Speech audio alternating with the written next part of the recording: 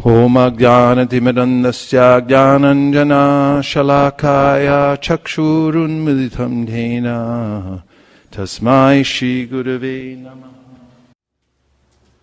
We're reading from the Srimad Bhagavatam, Canto 6, Chapter 4. Text today will be 15, 16, and 17. Om Namo Bhagavate Vasudevaya. Om Namo Bhagavate Vasudevaya. Nam Namaskritya. Narayam Namaskritya. Naram Chaiva Narottamam. Naram Chaiva Narottamam. Devim Sarasatim Vyasam. Devim Sarasatim Vyasam. Tato Jayamudiraye. Tato Jayamudiraye. Alam Dagder Drumayr Dinai Kilanam Shivam Astuva Varkshi Hesha Vara Kanya Patnitve Pratigriyatam Alam, enough. Dagdai, without burning. Drumai, the trees. Dinai, poor. Kilanam, of the remainder of the trees. Shivam, all good fortune. Astu, let there be. Va, of you. Varkshi, raised by the trees. He, indeed. Esha, this. Vara, choice. Kanya, daughter. Patnitve, into wifehood. Pratigriyatam, let her be accepted. Translation: there is no need to burn these poor trees any longer. Let whatever trees still remain be happy. Indeed, you should also be happy. Now here is a beautiful, well-qualified girl named Marisha, who is raised by the trees as their daughter. You may accept this beautiful girl as your wife. Text 16. Ityamantriya viraroham kanyam. You want to try? Okay. Ityamantriya viraroham kanyam apsarasim nripa samuraja yayadatva te dharminno payimire. Shukadeva Goswami continued, my dear king, after thus pacifying the Prachetas, Soma, the king of the moon, gave them the beautiful girl born of Pramlocha, Apsara. The Prachetas all received Pramlocha's daughter, who had high, very beautiful hips, and married her according to the religious system. 17. Tebhyas tasyam samabhavad Daksha prachetasa kila Yasya praja visargena Loka apuritastraya. Translation: in the womb of that girl, the Prachetas all begot a son named Daksha, who filled the three worlds with living entities. Purport by His Divine Grace A.C. Bhaktivedanta Swami Prabhupada.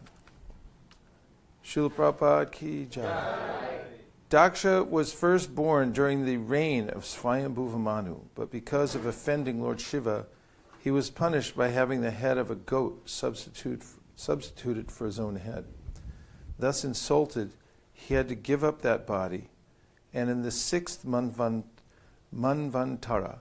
called the Chakshusha Manvantara, he was born of the womb of Marisha as Daksha.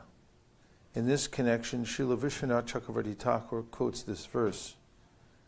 chakshushe tvantare prapte praksarge kala vidrute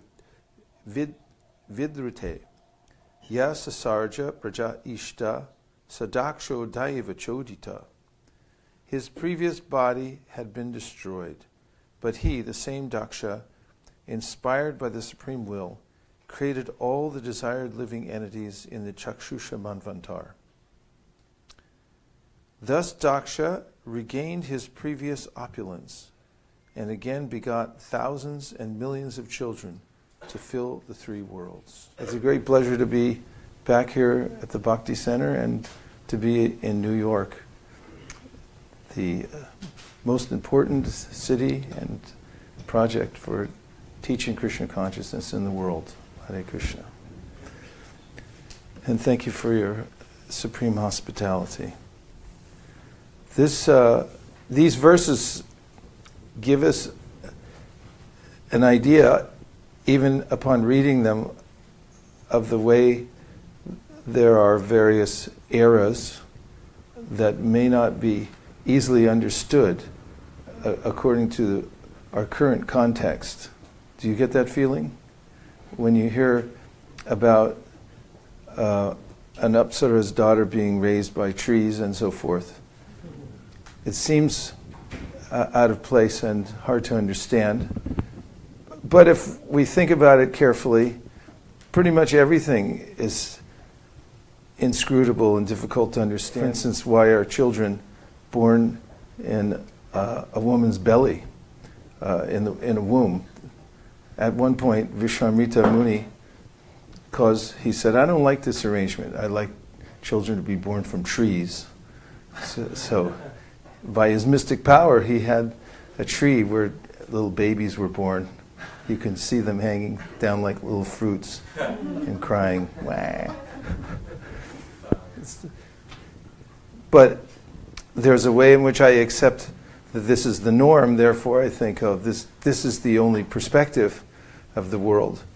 However, when we hear of different eras, even the way culture was framed and the way people had certain physical aspects that we don't see now, then it seems impossible to understand. Even recently, actually, people had a greater command of knowledge. Indradyumna Maharaj told me that there's one time when he was, I think at Radhakund, he was on a pilgrimage and he happened to turn a corner and he bumped into two devotees. One of them was an old man and another was a young man. The young man was assisting the older man, and Indradyumna Maharaj said, he begged their pardon for bumping into them, and then he started a conversation because the old man was a sadhu. And in the course of the conversation, Indradyumna Maharaj said he learned that from the young man that the old man, who didn't speak English, the young man was translating for him. He said he knew everything. He knew all Bhagavat philosophy, and he knew all the verses in the Bhagavat. And Indradyumna Maharaj was incredulous at this and began to ask a few questions, from which the older gentleman then would recite verses from any part of the Bhagavatam that Indradyumna Maharaj brought up. And then Indradyumna Maharaj said, when he saw the scope of knowledge in this man, then instead of just doing this to beg pardon, he got down and offered his dandavats. And he brought this story up in the context of telling about how there are different eras, and during those different eras, people may have a greater command of knowledge. In fact, when he incredulously asked, how does he know so much? The young man just shrugged his shoulder and said, different era. And through the time factor, there are various changes in the universe, just as there are changes of seasons, and one season may look different from another. And seeing through the eyes of Bhagavatam, we go back to millions of years ago, and we also understand how the Lord's energies work in multifarious ways, And there are unlimited possibilities because of that. Now, what's being described in general throughout the first 9 cantos of the Srimad Bhagavatam is the progression of various dynasties which culminate in the appearance of Lord Krishna in the 10th canto. It's a matter of anticipation coming through the various generations of kings and Prajapatis, and showing ultimately how it is that Lord Krishna appears in this world, because that's of ultimate interest to every living entity and to devotees in particular. Janma karma cha me divyam. Lord Krishna's activities are completely transcendental. And the first 9 cantos lay out the framework for understanding the inconceivable energies of the Lord, so that one can accommodate to some degree the appearance of the Supreme Personality of Godhead when he does appear in the 10th canto of the Srimad Bhagavatam. We also learn many lessons about the workings of the world from hearing these various stories. Daksha is one of the sons of Brahma, original sons of Brahma. Brahma, of course, when he appears in this world, is infused with the desire to create offspring. He's influenced greatly by Rajas, which is an impetus to create and make things better. And Brahma, at the end of Brahma Samhita, you'll see, receives a benediction from the Supreme Personality of Godhead, who says that if you take advantage of my energy, then you'll be able to do your duty of creating in this universe, which Brahma does. He's a very dutiful son of the Lord and also great devotee. And he derives his power for creation from the Supreme Personality of Godhead, and does so in amazing ways. And Brahma's, of course, the secondary creator. The Supreme Personality of Godhead creates all energies, as he says in the Bhagavad-gita, Ham sarvasya prabhavo atak sarvam pravartate, that everything emanates from me. And then there are helpers like Brahma, who's practically speaking almost as powerful as the Supreme Personality of Godhead, because the Lord endows him with such power. To become Brahma, one must perform one's duties in the Varnashrama system perfectly for 100 births, and then one becomes qualified to become Brahma. Sometimes nobody does it, so Krishna has to take the post himself. We see such kind of arrangements in management even within ISKCON or any other organization. That one has to do what one can with what one has. So Brahma, being in power, then creates offspring. And the idea is to populate the universe. And the idea there is that living entities who have expanded from the Supreme Personality of Godhead, Eko Bahu Shyam, the Vedas say that the Lord has expanded himself. And Krishna gives a facility to every living entity. Asau gunamayera bhavera bhuta sukshmendriyatma biswa nirmiteshu nirvishto bhunte bhuteshu tadgunan. The Bhagavatam says, first canto, second chapter, that's the beginning of creation. The Lord creates all the energies, and then he manifests the living entities who expand from his body at the beginning of creation, the Mahavishnu. And then he enters within the heart of every living entity in all the various forms of life, and he gives them direction how to continue from where they left off in the last creation. He reminds them that this is what you'd like to do. And he also, through the modes of material nature, provides facility for them to enact their desires, whatever they may be. So, in the act of creation, Krishna is mercifully offering living entities the freedom to pursue their particular desires. At the same time, it's his ultimate desire that living entities get the highest benefit, which is to become purified and return to their constitutional position as eternal servitors. Nonetheless, he respects their freedom, just as in the Bhagavad-gita, Krishna, giving extensive instructions to Arjuna, concludes by saying, now, please do what you wish. I've told you everything.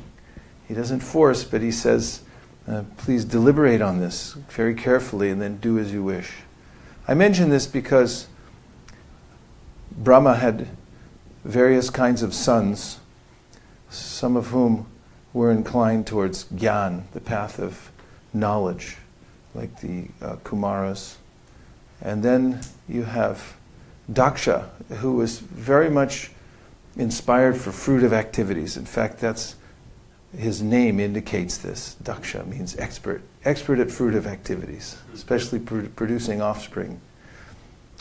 And then there's Narada, who is the Bhakti Shakti of the Lord.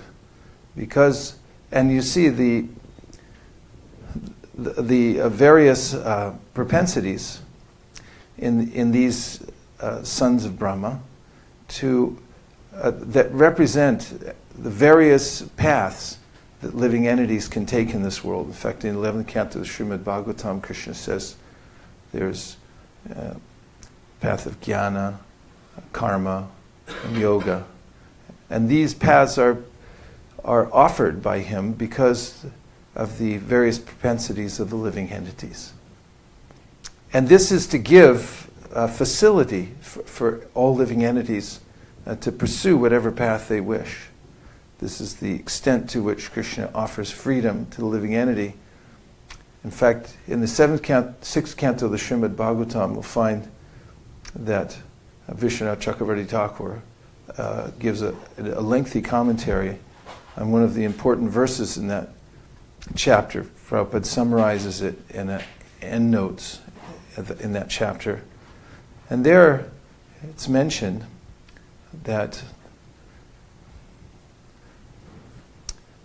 devotees may not get the full result of chanting Hare Krishna, because if the devotees who took the supreme path of bhakti got the result of bhakti immediately, it would discourage people from other paths, like karma and jnana and yoga.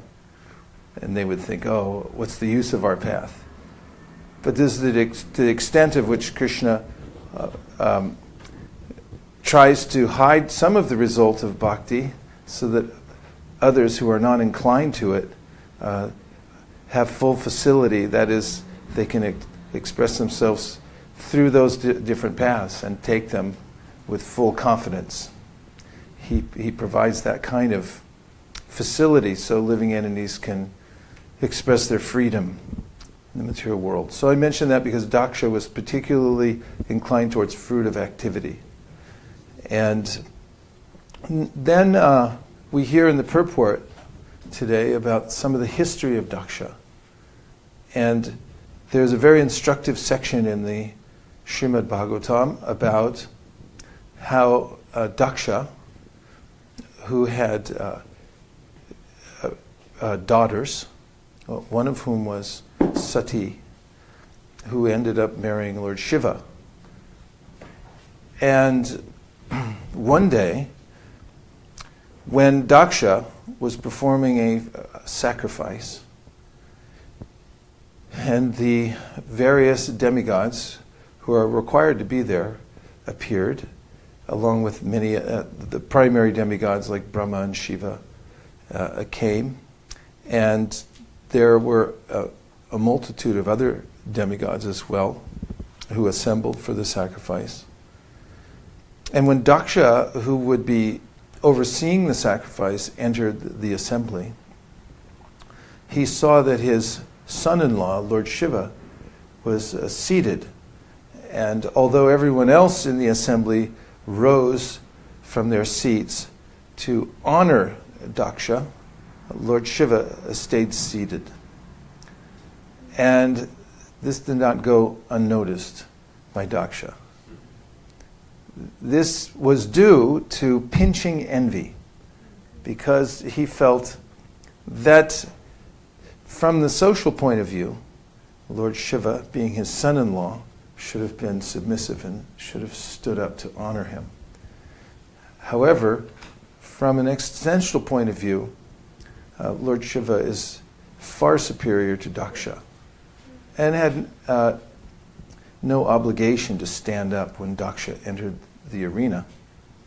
And so there was no fault on the part of Lord Shiva to remain seated. However, Daksha then sat down and began to give a talk, which he said was certainly non-envious. It was only pointing out the obvious facts of etiquette. And he said, Lord Shiva, my son-in-law, stayed seated. And then he went on to severely criticize Lord Shiva, even saying extremely, well, of course, nowadays it wouldn't even be considered that derogatory, since we've degraded to that point of ignorant speech. But he said that Lord Shiva's eyes are like a monkey's, and how could I only offered my daughter to him because Brahma told me I shouldn't have done it. He's dirty. And he went on with various insults towards Shiva. And Lord Shiva, being a great personality that he is, didn't react except to get up and walk out of the assembly and go back home and continue his meditations. However, Lord Shiva's followers took exception, headed by Nandishwar, who then began to curse the brahmanas in general who were present there, because they hadn't objected. And interestingly, these curses precipitate various trends that take place in the world. In fact, we'll find throughout the Bhagavatam that practically every big event is precipitated by a curse. Invariably. And Nandishwar gave curses to the Brahmins, and then the Brahmins headed by Bhrigu then counter-cursed Nandishwar and all of his followers. And in this way, curses and counter-curses took place, and everyone went home. Later, another sacrifice was performed by Daksha. And the tension was still in the air, because it was actually after a long period of time, but still no one had rectified this conflict that had taken place. And as we have these events that take place, 24-hour kirtans, and people want to come from all over. So similarly, during these sacrifices, the Bhagavatam tells how people were great personalities would come from all over the universe to attend. And Sati, at home with her husband, Lord Shiva, was thinking, oh, it would be nice if we could go. Because it's a big event. And she wanted to go, see her family, see her friends, get dressed up, and be at the yajna. And Lord Shiva said, if you go there, you'll be very disappointed, because your father hates me. And he'll express that by showing disrespect to you. And then you'll really feel bad. So I recommend you don't go. It's such a human context. You could see how the dilemma that Sati went through, because she was thinking, go, not go, go, not go, go, not go. She knew there was something wrong with the whole thing. It probably wouldn't work out, but at the same time it was very compelling. It was hard for her not to go. And so there's a description of how she was walking in and out of the rooms or walking in and out of the place where Lord Shiva was sitting and trying to make up her mind. And finally she went. she got dressed up and she went to the yajna. And when she got there, her mother and sisters greeted her very warmly, but her father, Daksha, didn't say anything to her. This is one of the ways in which ignoring somebody is very painful. In fact, I was thinking the other day when I was taking a walk, I live in the suburbs, and when you go for a walk early in the morning, there's not many other people out, except for people who walk their dogs early in the morning. And what do you do when you pass somebody? Do you, good morning, very cheery, or you look the other way, or people, they have a lot of consideration. And I was thinking about how consciousness means that which cannot be ignored. Because even if you ignore it, then that's an act of consciousness in and of itself. And when you ignore someone, then you create a kind of pressure, intense pressure. And that's the whole material world, is, if we say ignorance, another way of saying it is ignorance. Everyone's absorbed in ignorance. So,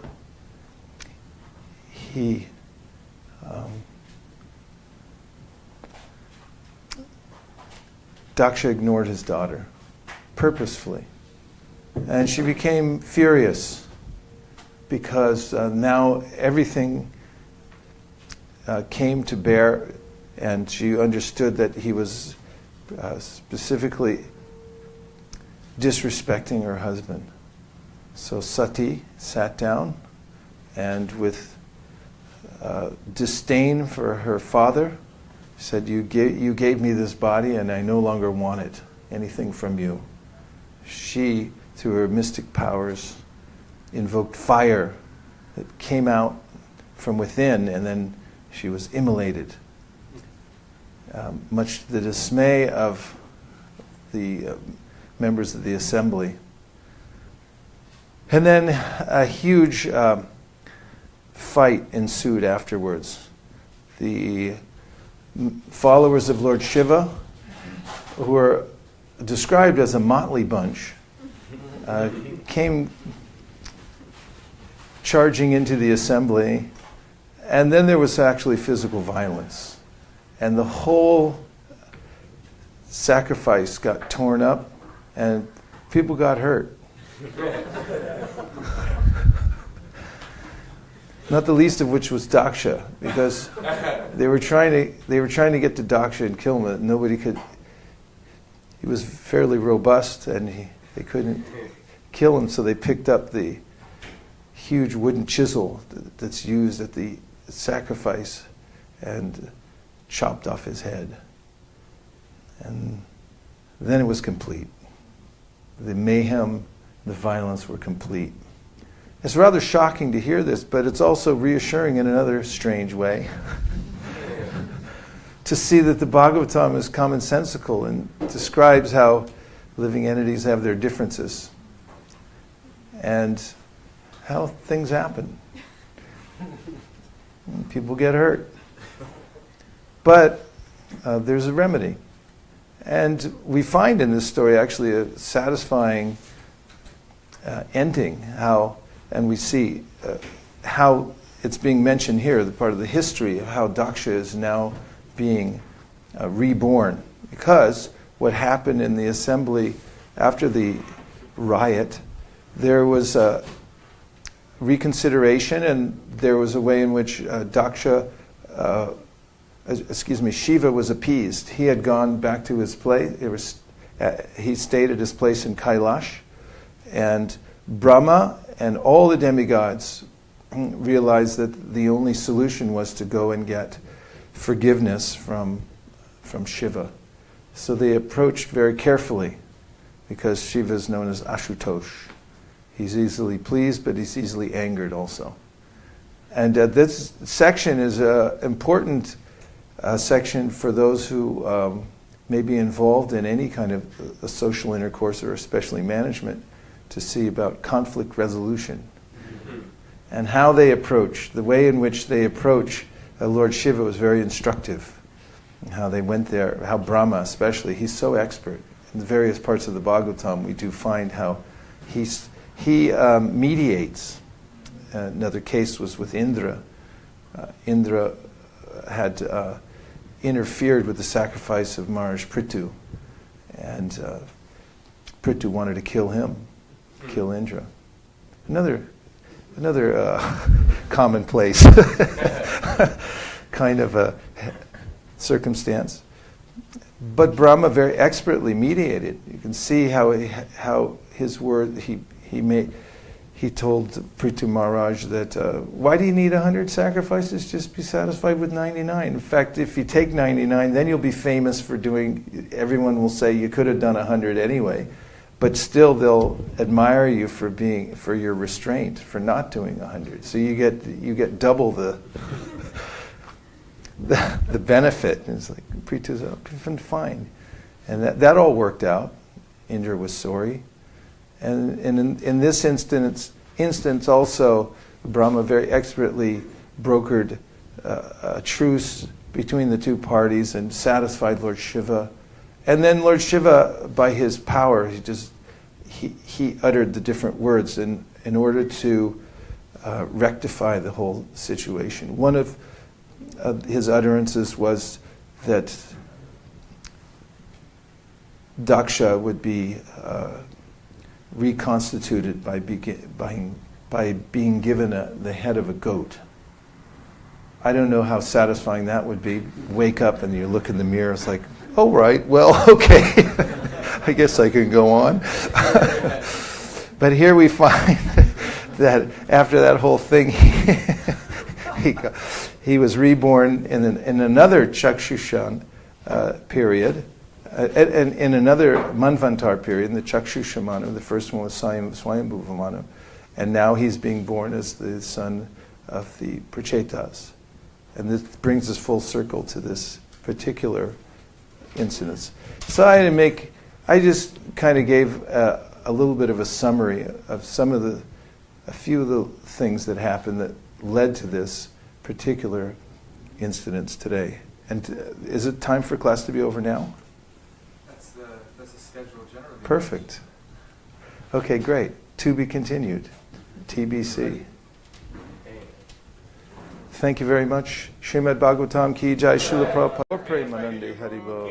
Nachari Armarman, Nachari Armarman, Nachari Armarman, Nachari Armarman, hey, Nachari Armarman, Nachari Armarman, Nachari Armarman, Nachari Armarman.